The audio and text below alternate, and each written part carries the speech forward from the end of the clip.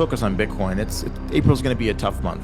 We have this tariff digestion. The market still believes that Bitcoin is, a one-to-one proxy for the Nasdaq, and people are starting to sour on, U.S. big tech. So that's coming off, and so people are like, oh, okay, well, Nasdaq goes down, therefore Bitcoin goes down. I think Bitcoin's going to perform more like gold, but it's going to take a while for the market to sort of ditch this correlation between the Nasdaq and Bitcoin.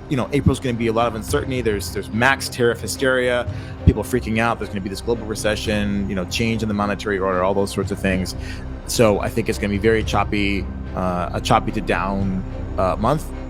Obviously, I hope the 76,500 hold. I think it will, but I think we're going to come close to testing that. Arthur Hayes kicks things off with a confident declaration. We are in a bull market. The evidence? Simple. Bitcoin is comfortably trading above its previous all-time highs. He walks us through the timeline. After the brutal bear market bottom in November 2022, when Bitcoin touched $15,000 in the aftermath of the FTX collapse, we saw a significant recovery. First, the reclaim of the $20,000 level, then a charge beyond $70,000, and even a touch of $100,000 to $110,000 range. According to Hayes, price action speaks volumes. If an asset has made a new all-time high and holds above it, it's a bull market, plain and simple. Please take a little time to like this video, subscribe to the channel, and turn on post notifications for more videos like this. You can also check out our other videos on cryptocurrencies and the overall digital asset space and drop your comments and observations in the comments section below. Everything you do helps with the YouTube algorithm and immensely contributes to the channel's growth. Thanks and enjoy the video. Bull market, easy. The bear market, depth of the bear market was what? November 2022, $15,000 Bitcoin after the FTX debacle, and we've rallied quite handsomely since then. Went through the previous all-time high of 20,000 and the depths of the FTX crash and sort of the Fed hiking rates and other central banks at a very quick pace in 2022. And we took out 70,000, and then we went up to 110,000, and now we've still held above the previous all-time high. So I would say that we're in a bull market. Obviously, I'm talking about Bitcoin. Your shitcoin portfolio might have different results.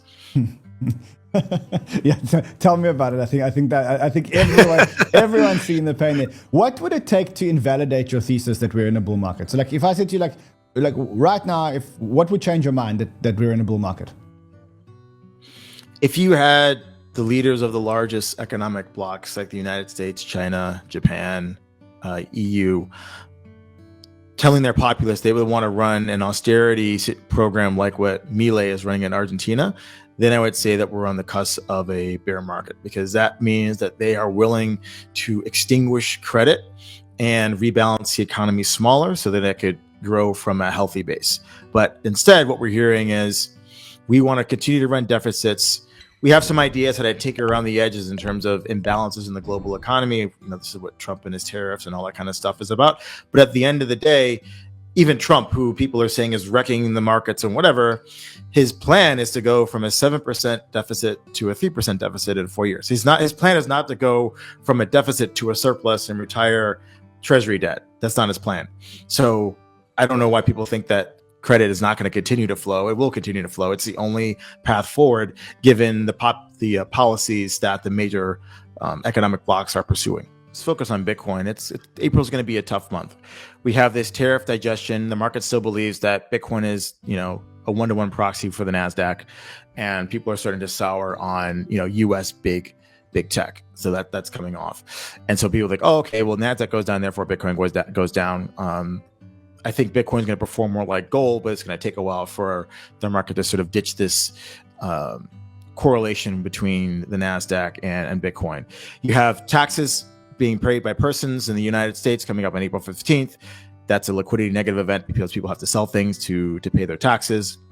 You have the debt ceiling in the US. It's unclear whether or not the Treasury is going to refill their checking account. So they've been drawing it down. It was about 750 billion at the start of the year. Now it's about 360 odd billion.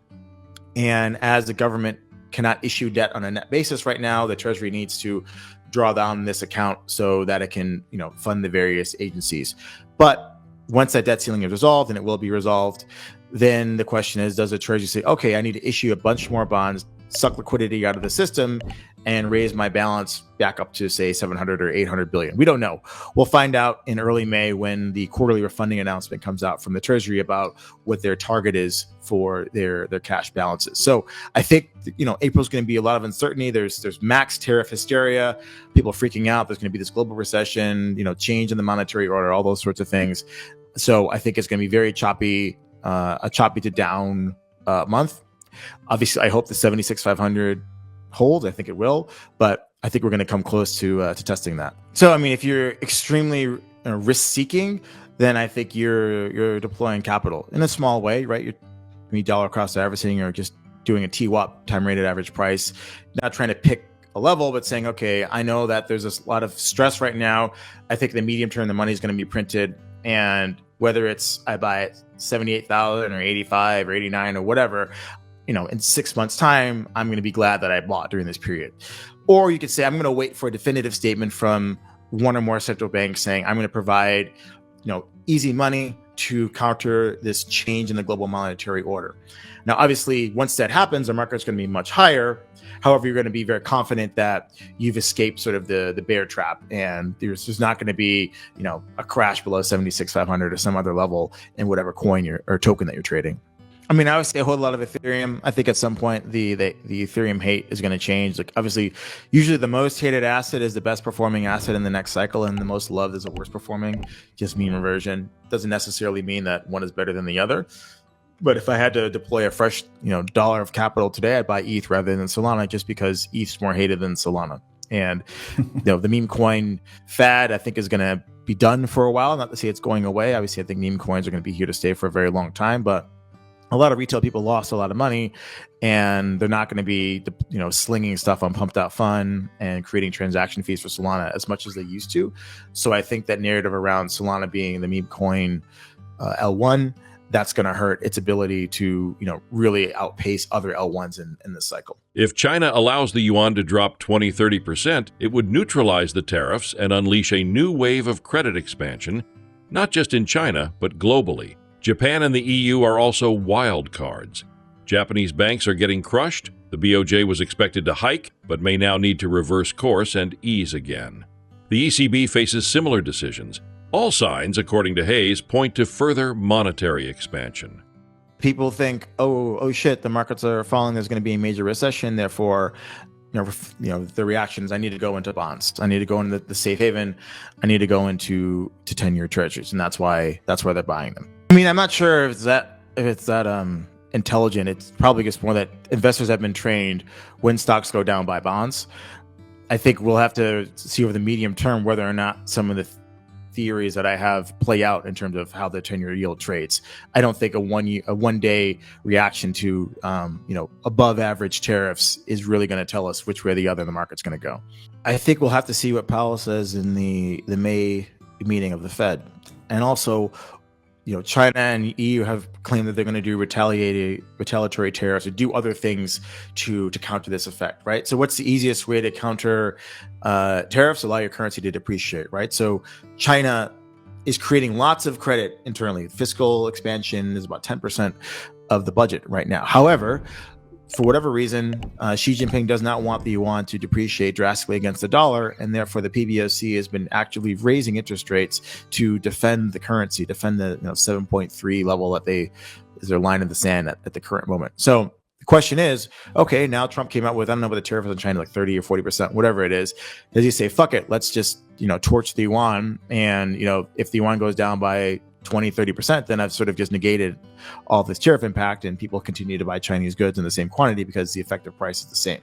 But all that credit is now gushing forward out of China because the PBOC is no longer sterilizing it with raising interbank rates. So again, it's going to depend on what other people do.